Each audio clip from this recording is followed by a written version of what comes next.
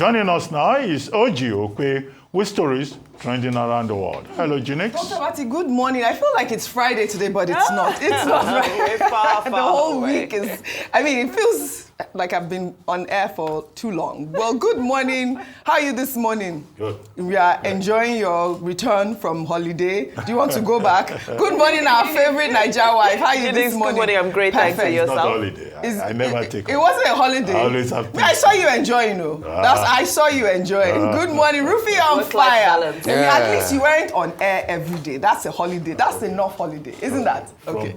Yes, correct. Well, all right. Well, good morning to you viewers. Yes. Kilo Shele gone. Rufy on fire. Well, all right. Well, all right. Well, good morning to you viewers. Let's begin what's trending by taking reactions to the protests organized by retired police officers in Abuja on Monday. The retired police officers demanding their exemption from the contributory pension scheme gathered at the National Assembly, stating that their current monthly pensions are inadequate for their basic needs. The officers argued that the Nigeria Police Force should fully be removed from the CPS, a scheme where both employees and the employers contribute to pensions, unlike members of the armed forces, intelligence or secret service who are exempt. Some officers expressed frustration over their decision to join the Nigerian Police Force, while others lamented their abysmally low pensions. Let's take a look. I'm regretting joining Nigeria. I'm Nigeria, but I'm regretting joining Nigerian police. And I have my children. They are still in school. When I retire, then now police are giving me 22,000. Where I will start? Or I should go and follow me. I'm a widow. I should go and follow me so that I will feed my children. Or how we start? Let them give me my remaining money. I served 35 good years. I was given 1.7 million naira. I am not happy. I am pushed to the world. Are you hearing me? I have children that I'm supposed to put further, but I cannot go home because of the mega things that is given to me on monthly basis. Can you imagine 2 million naira after 35 years? What signal are you sending to the serving one? The serving one have known that at the end that 2 million they will pay them. So no one is ready to lay his life for the country no more. The government should exit us from PENCOM. We don't want, because we have two bills in the National Assembly. Exemption from PENCOM and establishment of police pension board. Well, all right, let me take a tweet from KB, who wrote, "Police and teachers are some of the worst paid workers in Nigeria. This shows how little the system values service and education. Many educated people avoid these roles, and the few who take them are left struggling. It's a clear failure by the government to respect and support those who serve the country." In the meantime, activists and the 2023 presidential candidate of the African Action Congress, Omoyele Sowore, joined the protests by retired police officers over poor welfare. During the protests, Sowore stated that Nigeria cannot be safe without a motivated police force, adding that the police, despite being crucial for internal security and having more personnel than the army, have been rendered ineffective due to years of neglect. He also criticized the practice of police officers serving as escorts for VIPs, which further weakens internal security. Let's take a look. Our concern is the well-being of these men, how they get their entitlements for those who are serving and those who are retired and those who are dead as well, whose family members have not been paid their entitlement. There is no policeman in Nigeria that should earn less than 500,000 naira per month. The reason is that you cannot ask the police to be guarding a bank, and the bank manager is better paid than the police that is protecting the money. The person doing the real work is the policeman that ensures that the bank is not robbed, not the bank manager who is writing how much is in the vault. So it is even small, because 500,000 naira is about $300. That's nothing in a month. Whereas the senators who are in these places who barely come to work, an average senator takes home 30 million naira per month. And the policemen who are waiting at their gates cannot even buy paracetamol. The argument always is that, why are you fighting for police? Police is bad.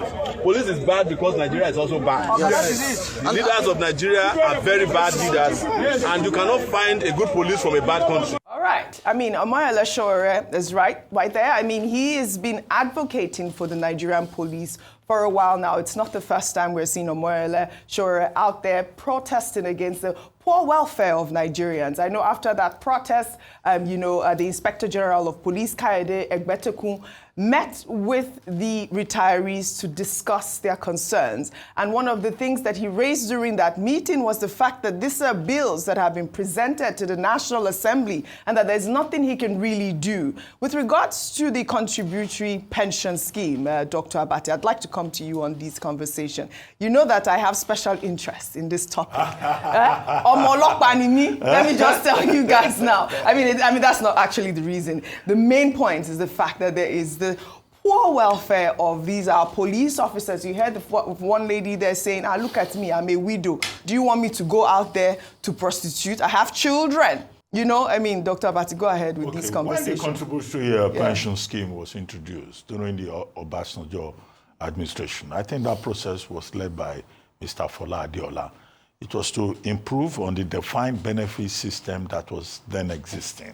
And under the contributory pension scheme, the employer contributes about 10% of your pension savings. And there are pension funds administrators that invest and all of that. But this seems not to have worked according to expectations, according to the objectives of that particular scheme. And that is why some categories of pensioners have been saying they want to be out of it, to exit from it.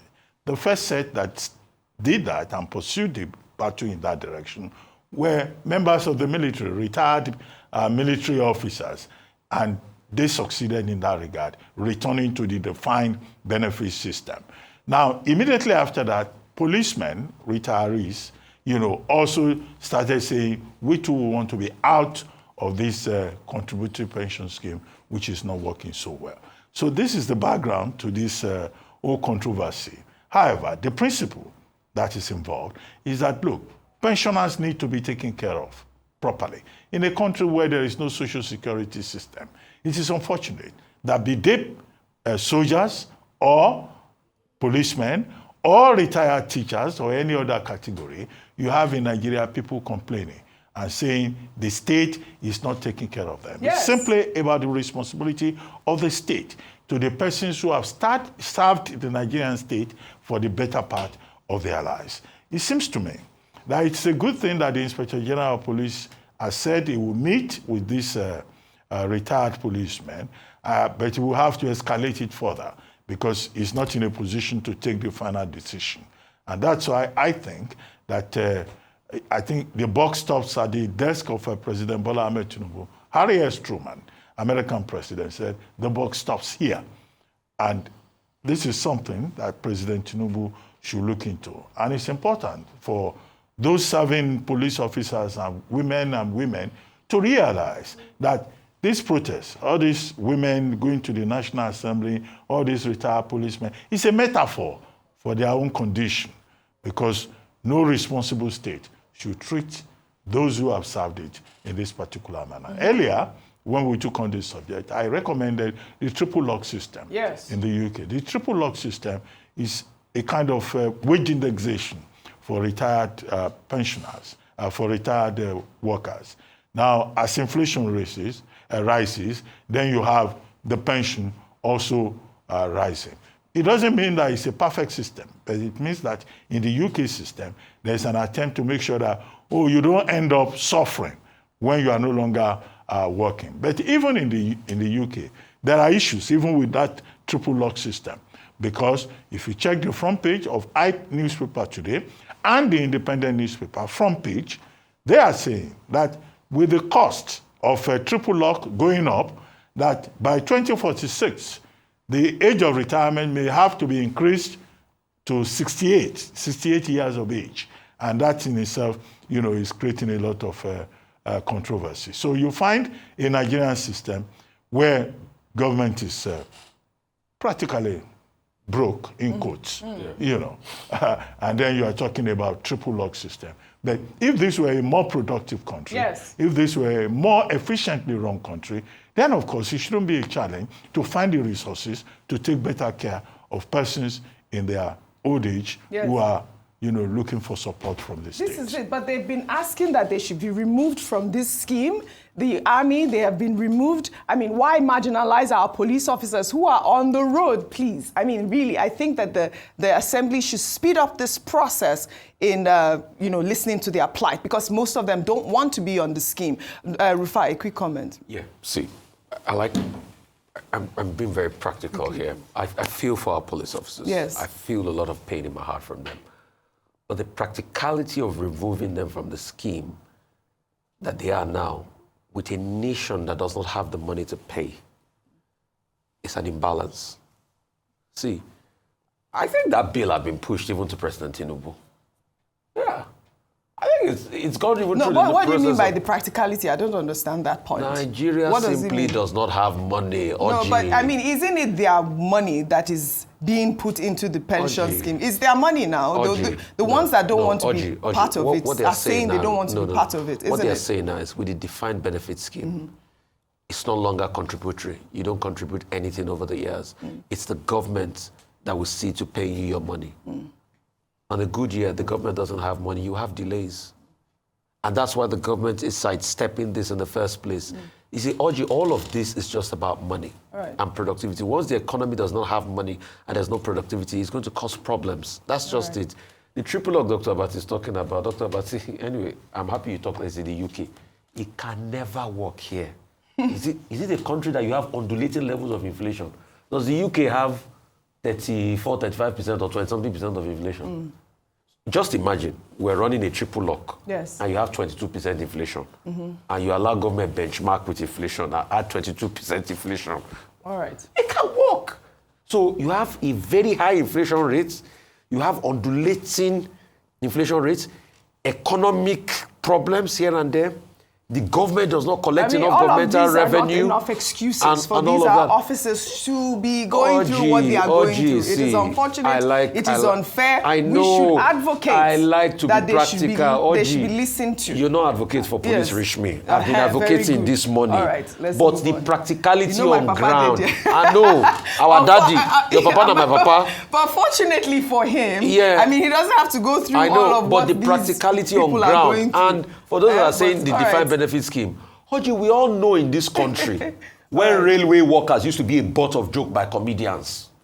The likes of all the big comedians in this country got popular by shading railway workers that used to go and queue up for their salaries, for their pension. So I feel for the police.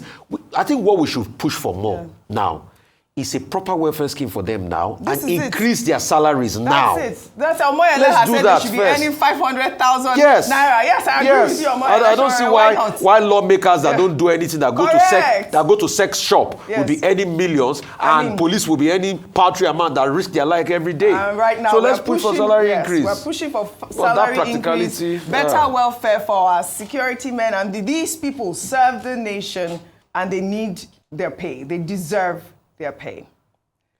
We'll take another story now. On Monday, reports began circulating that Muhammed Babangida, son of former military president Ibrahim Babangida, had rejected the appointment given to him by President Bola Tinubu on July 18th as chairman of the Bank of Agriculture. The alleged rejection was stated in a letter dated July 21st that went viral on social media. However, according to a statement by Dada Olusegun, special assistant to the president on social media, Babangida accepted the appointment. In a press release on Monday, he expressed gratitude for the trust placed in him by President Bola Tinubu and emphasized his commitment to transparency, accountability, and national unity. Babangida dismissed the reports claiming he rejected the appointment as false and malicious, labeling them as a deliberate attempt to mislead the public and damage the image of the Tinubu administration. Vimbai, you saw this letter circulating. I mean, when I saw it, I was what happened there? But now we've seen reports that he has debunked it. But let me take this comment from Edoman. He wrote on X, after the passing of former President Buhari, Nigeria enters a fresh phase of elite reshuffling, with parts of the northern bloc drifting towards the opposition. President Tinubu is now reworking the power map offering new appointments to rebuild political bridges.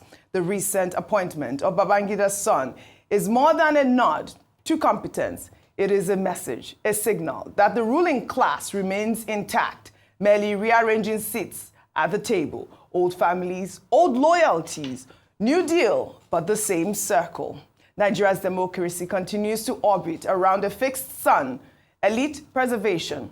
For every change in leadership, there is a negotiation of interest, not a negotiation of vision. The question remains, where is the voice of the people in this recurring script?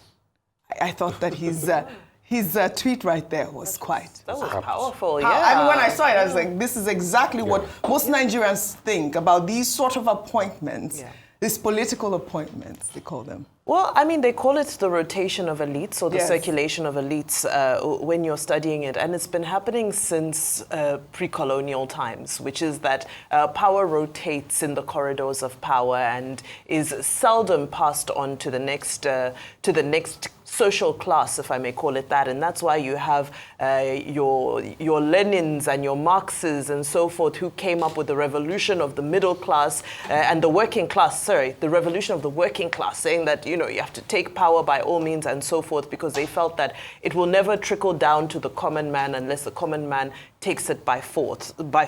Well, that's a different philosophy on its own. But regarding this particular issue, I mean, goodness, there's been a lot of conversation around it, especially the conversation around this so-called power vacuum, if I may call it that has been created by the departure of the late President Buhari. And, you know, yesterday we were talking about the late President's 12 million votes. And we were saying, well, where are these 12 million votes to begin with? Because in the last election, President Tinubu garnered about 5.3 million votes in the north. The second person after him, Atiku Abubakar, garnered 4.8 million votes. It was just a 500,000 margin that he won with in the north. So the question is, where are all these 12 million votes that they're alleging that people have started clamoring for and fighting for?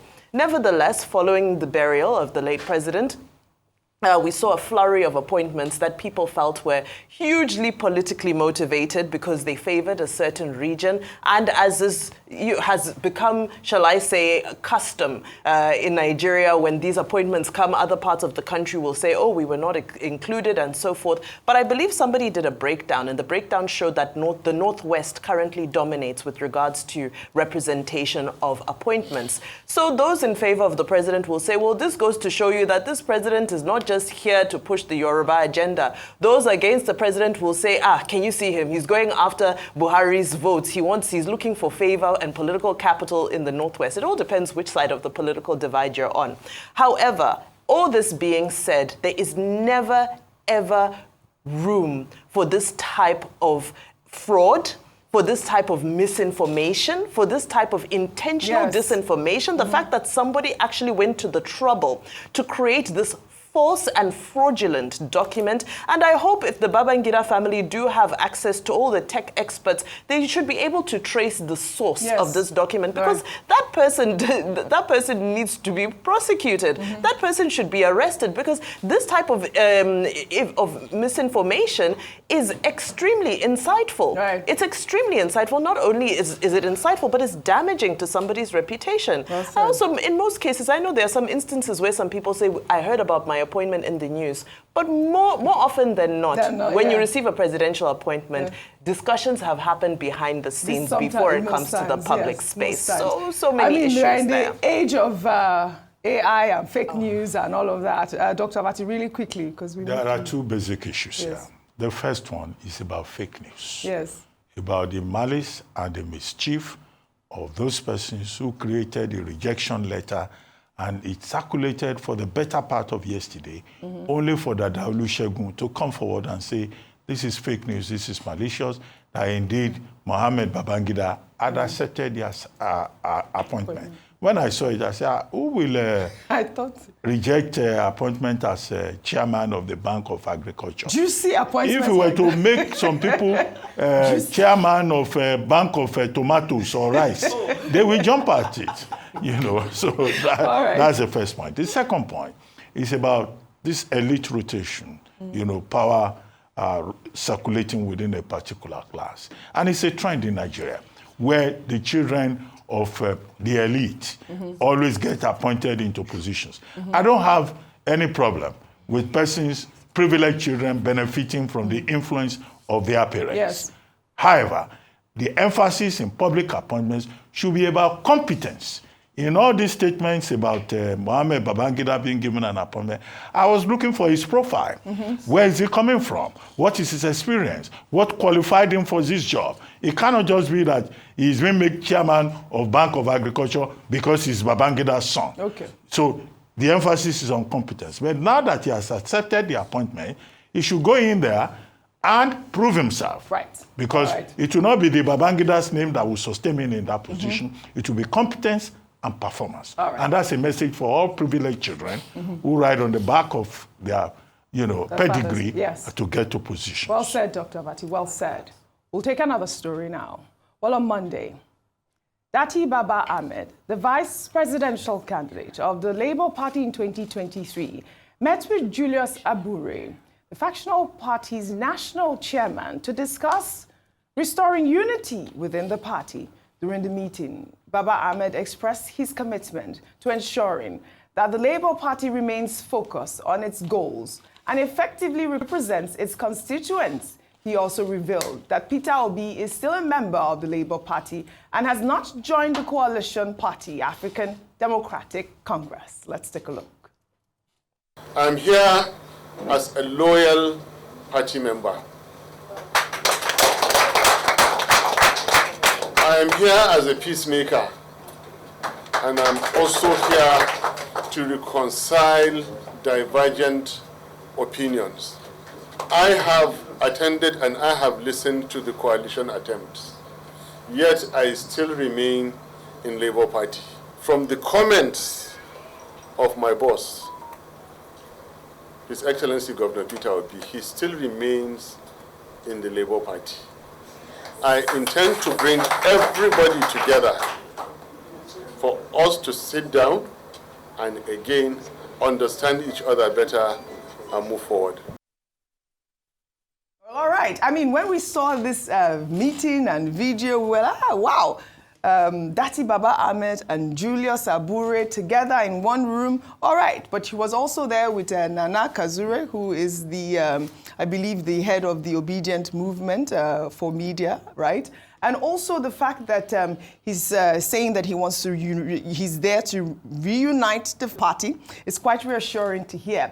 Especially given that, the African Democratic Congress just, had that whole coalition meeting where there was Atiku Abubakar, who has just decamped from the PDP, and of course El Rufai. Now, your thoughts on the fact that, Dati Baba Ahmed was there and he's saying that Peter Obi remains in the party. Obviously, we know that people can have two political parties at the same time.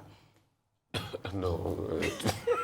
No, I don't want to dwell on that. Let's talk of this one. Yeah, when you say people can have two political but that's the law. No, but it's just the law. I know they can have two political political parties, but we've seen people that in one political party that are working for another political party and nothing happens. So when you say what's the law in Nigeria, does the law really apply? The law is very selective in this country. So secondly, I mean, there's nothing that he has said that's away from the fact. So being still a member of the Labour Party, that's a fact, and that's just it. But I want to think out loud. I just hope some people are not being blackmailed in the corner with all of this that I'm saying. And it's not out of fashion when politics starts full swing. Some people are being pressured and blackmailed in the corner. And because they want to keep themselves together, they go to do all sorts of things. Because this was this Dati Ahmed that at some point, I'm not sure he was going to see Abure eye to eye. You knew where he stood with Peter Obi. And that's why the People's Gazette was running a story that he has abandoned Peter Obi.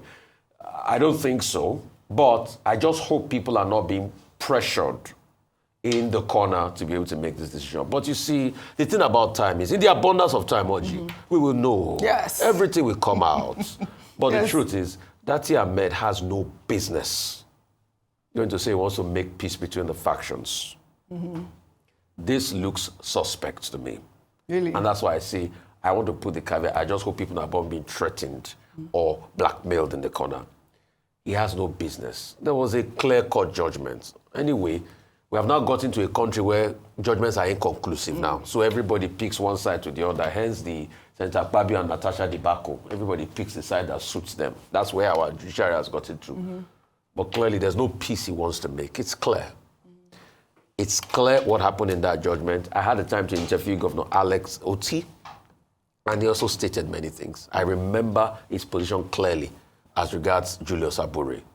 So when he is now going to sit with Julius Abure in terms of making peace, there's no peace he's going to make. All right. The same people that castigated you. So the question we should ask Dati is, what is going on?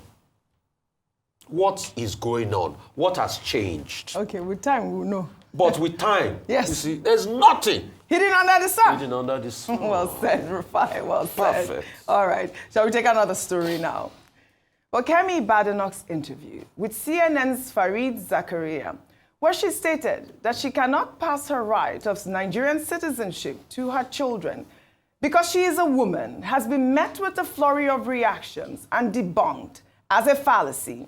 The leader of the Conservative Party during the interview compared the immigration policies of Nigeria and Britain. She used this comparison to highlight what she perceives as an imbalance in immigration policies, arguing that while it's difficult to obtain Nigerian citizenships, many Nigerians can easily acquire British citizenship. Well, let's take a look before we take some reactions. Many people who come to our country, to the UK, who do things that would not be acceptable in their countries. It's virtually impossible, for example, to get Nigerian citizenship. I had that citizenship by virtue of my parents. I can't give it to my children because I'm a woman.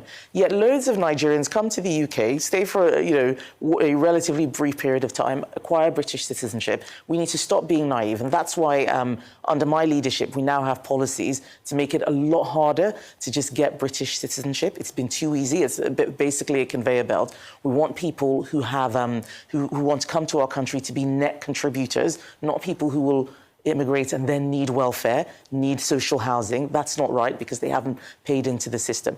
Well, Kemi's claim has been countered by provisions of the Nigerian Constitution. Well, according to Section 25(1)(c) of the 1999 Constitution, a person born outside Nigeria is a citizen of Nigeria if either their parent is a Nigerian citizen, regardless of gender. Well, let me take a comment from the former Controller General of Nigeria, Muhammed Babangida, who wrote, as a former Controller General of the Nigerian Immigration Service, who oversees citizenship matters, Section 25 of the Nigerian Constitution allows persons whose parents or grandparents, both male and female, become citizens by birth. He got a lot of comments and commendations for that tweet. People were very thankful to him for putting out that tweet. Let me take another one from the activist, Dr. Shola Moshogbamimu, who wrote, Kemi Badenoch owes Nigeria an apology for this brazen lie. What an embarrassment of a political prostitute she is, a parent who shamelessly weaponizes her kids for political gain is a disgrace. Keep Nigeria out of your mouth, Kemi Badenoch. And she posted a video. Let's take a look. Hey, Kemi, OjyOkpe, is your head correct? Are you okay? Kemi Badenoch just lied on CNN to a global audience. She's a shameless political prostitute who doesn't hesitate to weaponize her children for political gain. Fun fact, both Kemi and I are in our 40s, both born in London, both have British-Nigerian dual citizenship, and just like her, I got my Nigerian citizenship from my parents, and we both have 3 kids, and that is where the similarity does.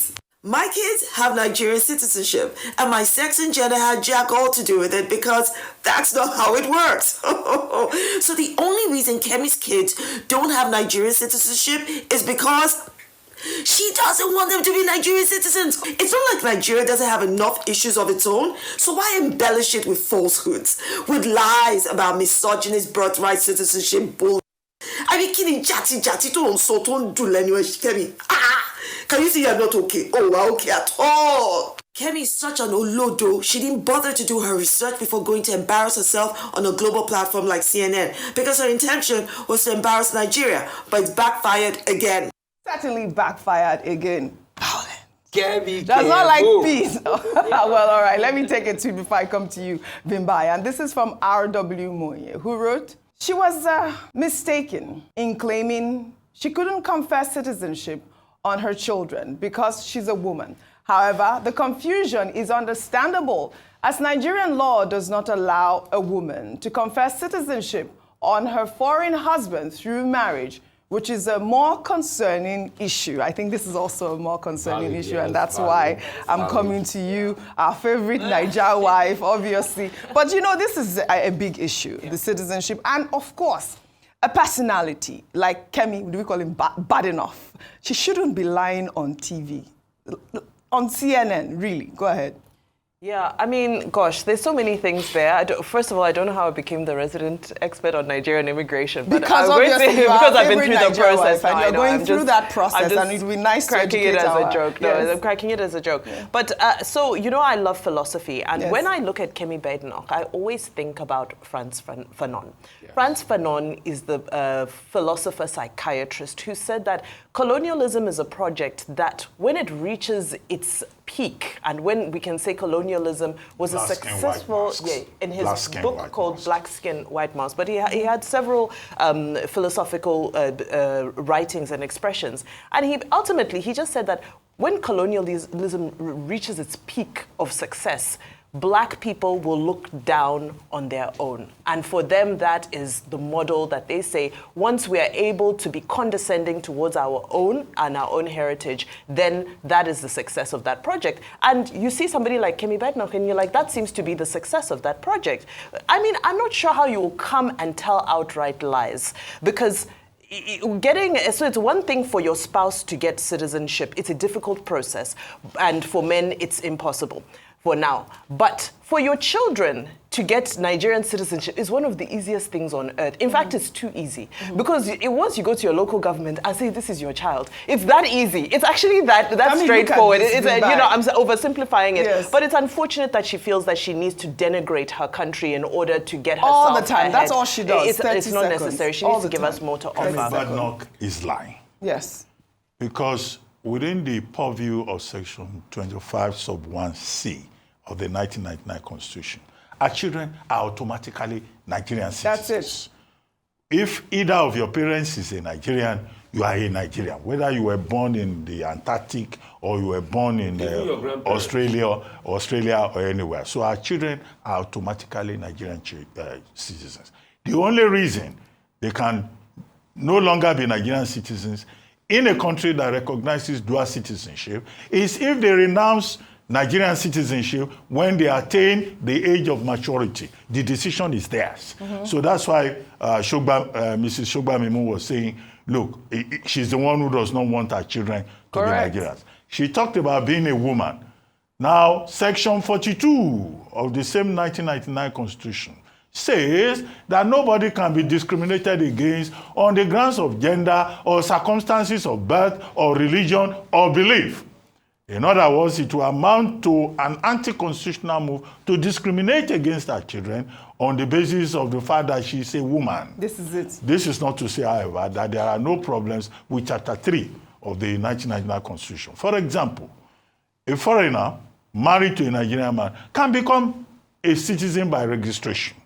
But a foreigner who is male, married to a Nigerian woman, cannot automatically get citizenship of Nigeria. Right. It will take a long process. It can take up to 20 years. All right. It will have to apply to become. Those are the details. Those are the details, really. Kemi Badenoch. Please leave. Yes, that is it. Just leave Nigeria's name out of your mouth. That really is what a lot of Nigerians are asking at this point. We'll take our story under milestones. The entertainment world is mourning the loss of Malcolm Jamal Warner, the beloved actor best known for his iconic role as Theo Huxtable on The Cosby Show, who passed away at the age of 54.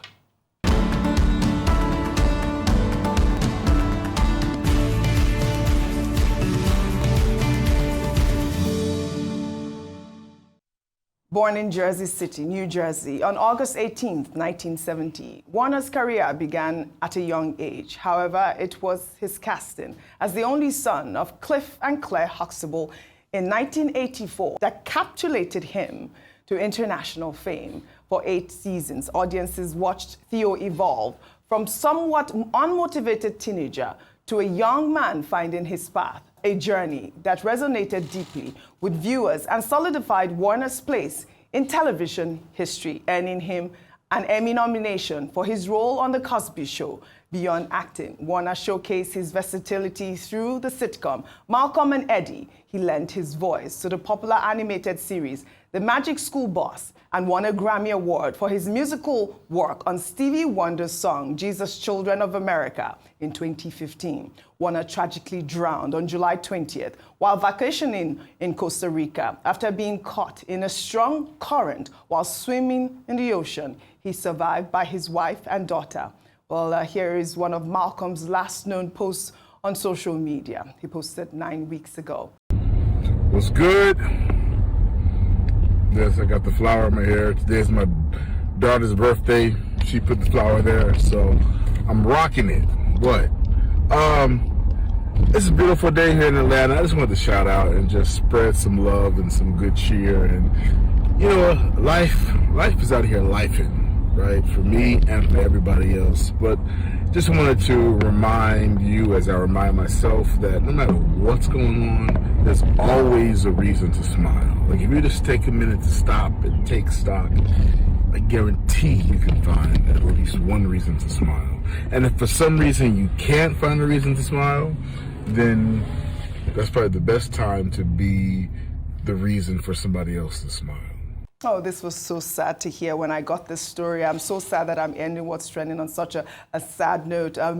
Malcolm Jamal Warner leaves behind a legacy of laughter, thoughtful performances, and a reminder of the enduring power of family, both on and off the screen. His death marks the loss of a beloved figure in television history whose career spanned acting, music, and poetry. I mean, in that video, he talked about making people happy no matter what you do. May his soul rest in peace. I grew up watching The Cosby Show, and it really hurt me when I saw his passing. Again, our hearts go out to his family and, of course, the entertainment world. I'd love to thank you all for your great analysis, as always, on What's Trending Today. Well, that's all I have for you guys on What's Trending Today. I'll see you all tomorrow.